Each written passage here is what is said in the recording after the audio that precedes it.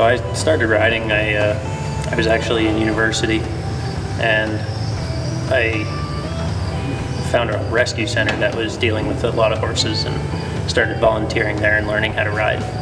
I had a love for horses since I was very young. My parents had horses until I was about 6, and when my parents split, we unfortunately had to sell our horses.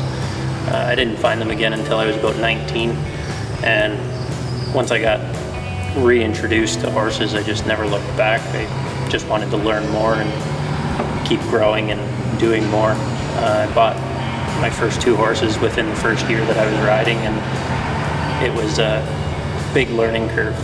I had a horse that was deemed unrideable and was very dangerous, and I bought a yearling colt that had never seen a saddle before. When my little colt was 3 years old, I started him under saddle and got him going. And my thoroughbred horse that was deemed unrideable, we spent the next 5 years riding all over Canada and working together, and now he teaches my beginner lessons, and he's just happy as could be. I started riding Western right away. It was just the discipline I knew I wanted, and I really enjoyed the cowboy lifestyle. And I traveled out to Alberta to work on ranches out there and just get around more of what I felt was inside of me, and just never stopped. Right from a young age, I knew I wanted to work for myself, and when I started traveling out west to work with horses and working under different trainers, I quickly developed an attitude that I was better off working for myself, and I got along better. So when I decided that I was going to move back home to Ontario, I wanted to sort of get my name out there and start developing a program for dealing with problem horses and helping people with their horses, and more specifically helping horses with people problems. So I was fortunate enough when I was in Alberta to work under a lady that I learned a lot from. She taught me a lot about how to figure out why a horse was doing things and what they were trying to tell you about their behavior and what was causing it. So I brought a lot of that home with me.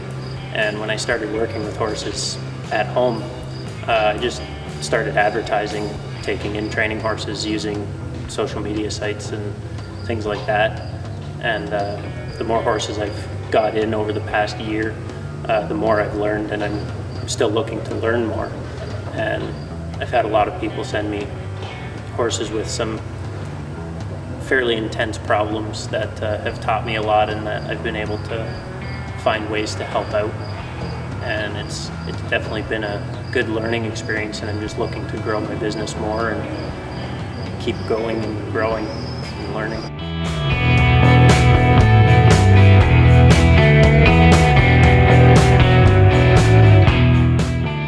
The Western industry in Ontario is a bit of a difficult market, in a sense that a lot of people in Ontario don't understand the culture and the heritage behind why this exists. We don't have the ranches and the purpose for Western style horses that they do out west, which makes it a little more difficult to do that style of training here. People are the biggest problem with the horse industry. That's the way it always has been and the way it always will be. When it comes to training and getting clients in for horses, a lot of times people aren't willing to allow the horse the time that they need with the trainer. The type of groundwork and foundation that I want to put on a horse so that there's minimal chance of a horse reverting back to what they were sometimes takes months, and oftentimes a lot of people want a quick fix, a 30-day turn of events, and sometimes it's just not realistic to get a horse done in that much time.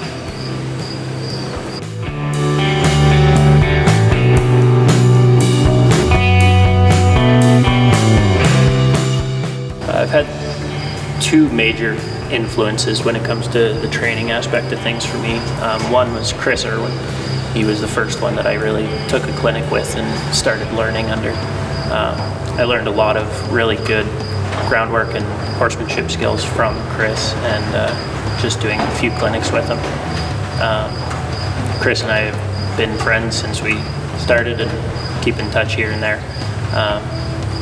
And then another big one for me was her name's Juanita Davies, and she's not a huge name in the world-renowned aspect of horses, but I had the privilege of working with her when I was out in Alberta, and she's just a fantastic horsewoman. I've seen her do things with horses that I didn't think could be done. I've learned a lot from her and still keep in touch with her as well. Another guy that I have not met or done a clinic with, but I've watched a lot of his DVDs and I try to incorporate some of his foundations into my training is Buck Brannaman. Again, I haven't met or done a clinic with him, but I really enjoy watching him work and trying to develop my skills, and I try to use a combination of these three mentors in my everyday training and what I do.